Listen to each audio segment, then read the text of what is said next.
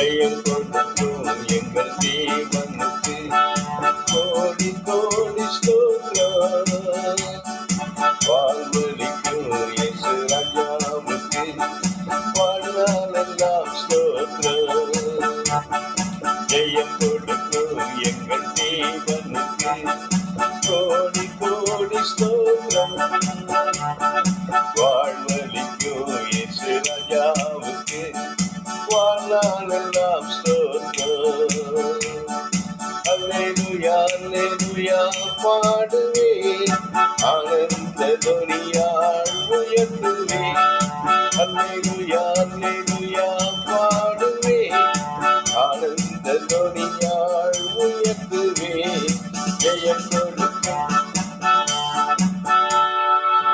கொடுக்கிற தேவனுக்கே சதா காலங்களில் துதியும் கனமும் மகிமை உண்டாவதாக.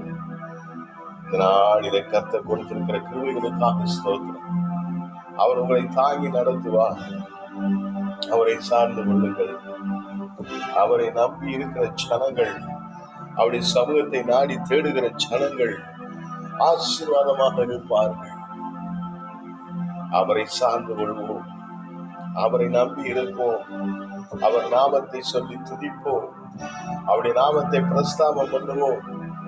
எவ்வளவு எதிர்ப்புகள் வந்தாலும் தேவனுடைய ராஜ்யத்தை துணிச்சலாய் தேசத்திலே கட்டி எழுப்புவோம். கர்த்தருடைய மகிமையின் ஆசீர்வாதங்களும் வாழ்க்கையிலே வந்து சேருகிற நாள் இந்த நாள். நேற்று கண்ட எகிப்தியனை ஒரு நாளும் நாம் காண்பதில்லை.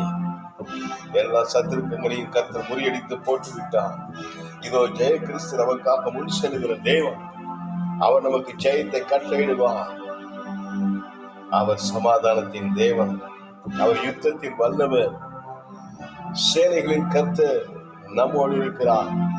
யாக்கோபின் தேவன் நமக்கு உயர்ந்த அடைக்கலமானவர்.